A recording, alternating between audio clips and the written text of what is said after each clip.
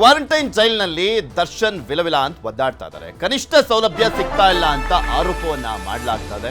ಮಾನವ ಹಕ್ಕುಗಳ ಆಯೋಗದ ಮೊರೆಗೆ ನಿರ್ಧಾರವನ್ನ ಮಾಡ್ತಾ ಇದ್ದಾರೆ. ದರ್ಶನ್ ಪರ ವಕೀಲರು ಮೊನ್ನೆಯಷ್ಟೇ ವಾದ ಪ್ರತಿವಾದದ ಸಂದರ್ಭದಲ್ಲಿ ಯಾವ ರೀತಿಯಾಗಿ ವಾದವನ್ನು ಮಾಡಿದ್ರು. ದರ್ಶನ್ ಪರವಾಗಿರುವಂಥ ವಕೀಲರಾಗಿರುವಂಥ ಸುನಿಲ್ ಅವರು, ಇನ್ನು SPP ಪ್ರಸನ್ನ ಕುಮಾರ್ ಅವರು ಕೂಡ ಸಮರ್ಥವಾಗಿ ವಾದವನ್ನು ಮಾಡಿದ್ರು. ಏನು ಸೌಲಭ್ಯ ಕೊಡಬೇಕು, ಏನಿದೆ ಮ್ಯಾನ್ಯುಯಲ್ ಅಲ್ಲಿ ಏನಿದೆ ಎಲ್ಲವನ್ನು ಕೂಡ ವಾದ ಮಾಡಲಾಯಿತು. ಹಾಸಿಗೆ ದಿಂಬಿಗಾಗಿ ಕೋರ್ಟ್ನಲ್ಲಿ ಹೋರಾಟ ಮಾಡಲಾಗ್ತಾ ಇದೆ. ವಾಕ್ ಮಾಡಲಿಕ್ಕೆ ಅವಕಾಶ ಇಲ್ಲ ಅಂತ ಅಳಲನ್ನ ತೋಡ್ಕೊಂಡಿದ್ರು. ಜೈಲಾಧಿಕಾರಿಗಳ ವಿರುದ್ಧ ದರ್ಶನ್ ಅಸಮಾಧಾನವನ್ನ ವ್ಯಕ್ತಪಡಿಸಿದ್ರು. ದರ್ಶನ್ ಅಂದ್ರೆ ಅವರ ಪರವಾಗಿರುವಂಥ ವಕೀಲರು ಸುನಿಲ್ ಅವರು ಅಸಮಾಧಾನವನ್ನ ವ್ಯಕ್ತಪಡಿಸಿದ್ರು. ಹಾಗೆ ಕ್ವಾರಂಟೈನ್ ಬ್ಯಾರಕ್ನಿಂದ ಬೇರೆ ಬ್ಯಾರಕ್ಗೆ ಶಿಫ್ಟ್ ಮಾಡಬೇಕು ಅನ್ನುವಂಥದ್ರ ಬಗ್ಗೆನೂ ಕೂಡ ಹೇಳ್ತಾ ಇದ್ರು. ಕ್ವಾರಂಟೈನ್ ಬ್ಯಾರಕ್ನಲ್ಲಿ 15 ದಿನ ಮಾತ್ರ ಇಡಬೇಕು, ಆದರೆ 45 ದಿನ ಆದರೂ ಕೂಡ ಅಲ್ಲೇ ಇಟ್ಟಿದ್ದಾರೆ ಅಂತ.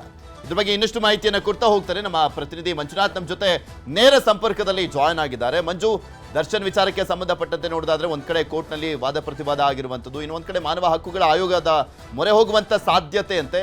ಯಾರಿಗೆ ಕಂಪ್ಲೇಂಟ್ ಕೊಡ್ತಾರೆ, ಯಾರು ದೂರನ್ನ ಕೊಡ್ತಾರೆ, ಏನ್ ಮಾಡ್ಬೋದು ಮಾನವ ಹಕ್ಕುಗಳ ಆಯೋಗಕ್ಕೆ ಕಂಪ್ಲೇಂಟ್ ಅನ್ನ ಕೊಟ್ಟಂತ ಸಂದರ್ಭದಲ್ಲಿ?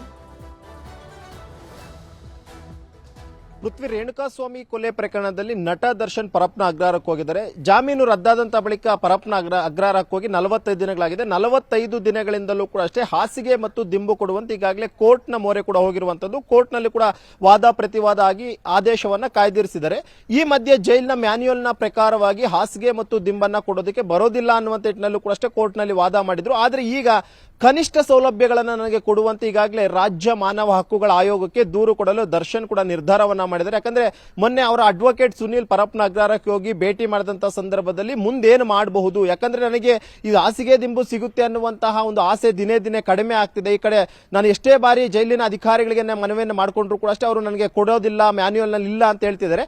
ಈ ಕಾರಣಕ್ಕೋಸ್ಕರ ನಾನು ಮೂಲಭೂತ ಸೌಕರ್ಯಗಳನ್ನ ಪಡ್ಕೊಳ್ಬೇಕು ಅಂತ ನಾನು ಏನು ಮಾಡಬೇಕು, ಕನಿಷ್ಠ ನನಗೊಂದು ಹಾಸಿಗೆ ದಿಂಬನ್ನ ಕೊಟ್ರೆ ನೆಮ್ಮದಿಯಾಗಾದ್ರೂ ನಿದ್ದೆ ಮಾಡ್ತೀನಿ, ಜೊತೆಗೆ ಕ್ವಾರಂಟೈನ್ ಸೆಲ್ ನಿಂದ ದಯವಿಟ್ಟು ನನ್ನ ಬೇರೊಂದು ಸೆಲ್ಗೆ ಶಿಫ್ಟ್ ಮಾಡಿ ಅಂತಾನೂ ಕೂಡ ಮನವಿಯನ್ನ ಮಾಡ್ತಿದ್ದಾರೆ. ಯಾಕಂದ್ರೆ ಕ್ವಾರಂಟೈನ್ ಸೆಲ್ ನಲ್ಲಿ ಕಳೆದ 45 ದಿನಗಳಿಂದಲೂ ಕೂಡ ಯಾವುದೇ ರೀತಿಯಂತ ಬಿಸಿಲು ಕೂಡ ಅಷ್ಟೇ ಬಿದ್ದಿಲ್ಲ.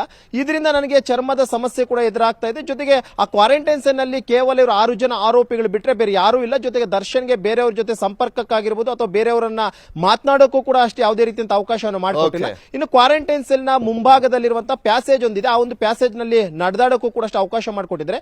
ಇದೆಲ್ಲವನ್ನು ಕೂಡ ಅಷ್ಟೇ ಈಗ ನಾನು ಕೋರ್ಟ್ ನ ಮೂಲಕ ಪಡೆಯುವಂತಹ ಒಂದು ಕೆಲಸಕ್ಕೆ ಮುಂದಾಗಿರುವಂತದ್ದು. ಆದ್ರೆ ಕೋರ್ಟ್ ನಲ್ಲಿ ಆತನಿಗೆ ಸಿಗುತ್ತೋ ಇಲ್ವೋ ಗೊತ್ತಿಲ್ಲ. ಒಂದ್ ವೇಳೆ ಕೋರ್ಟ್ ನಲ್ಲಿ ಏನಾದ್ರೂ 9ನೇ ತಾರೀಕಿನಿಂದ ಹಾಸಿಗೆ ದಿಂಬು ಸಿಕ್ಕಿದ್ರೆ ರಾಜ್ಯ ಮಾನವ ಹಕ್ಕುಗಳ ಆಯೋಗಕ್ಕೆ ಮತ್ತು ಸುಪ್ರೀಂ ಕೋರ್ಟ್ಗೆ ಮನವಿ ಮಾಡೋದಿಲ್ಲ. ಬದಲಾಗಿ ಏನಾದ್ರೂ ಇಲ್ಲಿ ಏನಾದ್ರೂ ಕೋರ್ಟ್ ನಲ್ಲಿ ರಿಜೆಕ್ಷನ್ ಆಯ್ತು ಅಂತಂದ್ರೆ ಇಮಿಡಿಯೇಟ್ ಆಗಿ ರಾಜ್ಯ ಮಾನವ ಹಕ್ಕುಗಳ ಆಯೋಗ ಮತ್ತು ಸುಪ್ರೀಂ ಕೋರ್ಟ್ಗೆ ಅರ್ಜಿಯನ್ನು ಹಾಕೊಂಡು ಹಾಸಿಗೆ ಮತ್ತು ದಿಂಬನ್ನ ಪಡ್ಕೊಂತ ಒಂದು ಪ್ರಯತ್ನಕ್ಕೆ ಮತ್ತೆ ದರ್ಶನ್ ಮುಂದಾಗಿರುವಂತಹದ್ದು. ಪೃಥ್ವಿ, ಓಕೆ, ಧನ್ಯವಾದ ಮಂಜು ನಿಮ್ಮೆಲ್ಲ ಮಾಹಿತಿಗಾಗಿ.